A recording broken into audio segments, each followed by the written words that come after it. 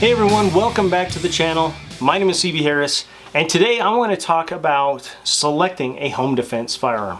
Now this is going to be broken up into two parts, so be sure to come back for the next part, okay? This first part, what I want to talk about is your particular situation and some of the factors that are going to affect your selection, okay? So these are the factors that I think are out there, okay? Now your situation may be different, but since everybody's situation is different, this is going to affect your selection and what firearm you choose and the type of firearm you choose. So first off, let's talk about your abilities, okay? Whether it's your physical ability or your just abilities in general. If you know for a fact that you cannot handle a 12 gauge shotgun without getting knocked flat, don't choose that as your home defense firearm. It's a bad choice, obviously, if you can't handle it. If you're not willing to put in the time to learn how to use a semi-automatic handgun and fix a stoppage of some sort, maybe you should choose something else. Maybe you should choose a revolver or a shotgun or something like that. So do keep those things in mind. Those are some of the things that are going to affect your selection. The second thing, do you have children? And what are the ages of those children? Because it's going to affect you differently. If your kids are able to handle and understand verbal commands and do what you tell them to do, it's going to be a lot easier for you and your selection is going to be bigger.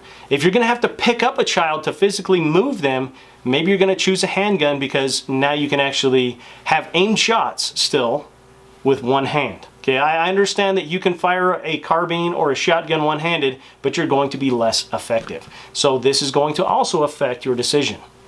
The third thing is the layout of your home. If you have an older home, a lot of them have very narrow hallways, very narrow doorways. They're very closed off in places. So you're going to have to maneuver and basically clear out your home. So a longer gun is going to make that much more difficult.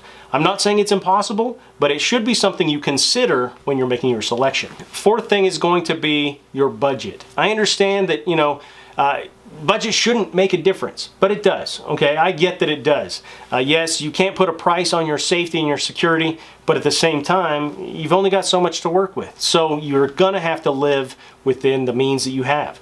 I personally believe that you should save up for something that's going to be reliable rather than choosing something that may put your life at risk. There are some budget selections that you can make. Look for them. Okay, do a search on YouTube. There are other options available. Okay, the fifth thing is your personal comfort level. What are you comfortable with? If you train with something all the time already, then maybe that should be what you choose. If you're used to shooting a rifle all the time, an AR-15, if you do that all the time, that should be something you consider. It should be something you're familiar with. Now, that doesn't mean you can't become familiar with something else.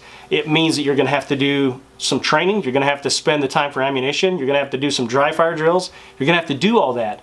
But you can train to it. So those are the 5 things that I believe are going to affect your selection in a home defense firearm. So anyway, guys, I hope you enjoyed the video. If you did, it is always appreciated when you like and share the videos. And I would love to hear your comments below. Did I miss anything? Are there any other factors that come into play when making a selection of a home defense firearm? I would love to hear from you. Just leave it down in the comment section down below. If you're not a subscriber and you want to become one, find that subscribe button, give it a big old click, and then come back for part 2 where we're going to discuss different categories of firearms and which one might be best in your situation. Remember that your mind, that is your most important tool, and it is vitally important to be armed with information. Until next time, take care and be safe. Charlie Bravo out.